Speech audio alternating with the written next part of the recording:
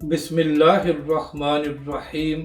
السلام علیکم، میں ہوں علی اصغر اور آپ دیکھ رہے ہیں میرا یوٹیوب چینل۔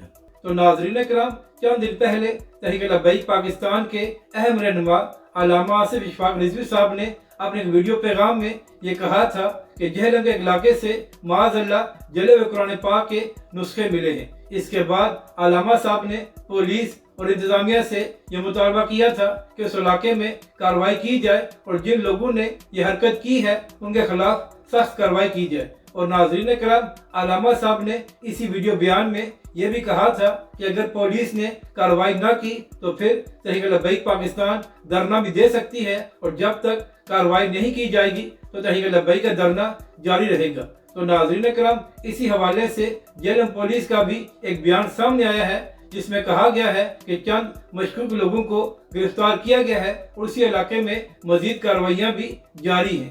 یعنی کہ ناظرین کرام، جو تحریک لبیک پاکستان نے دھرنے کی کال دی تھی وہ کام کر گئی ہے، اور اب پولیس اور انتظامیہ اس علاقے میں مزید تحقیقات بھی کر رہی ہے اور اس کے ساتھ ساتھ مشکوک لوگوں کو گرفتار بھی کیا گیا ہے۔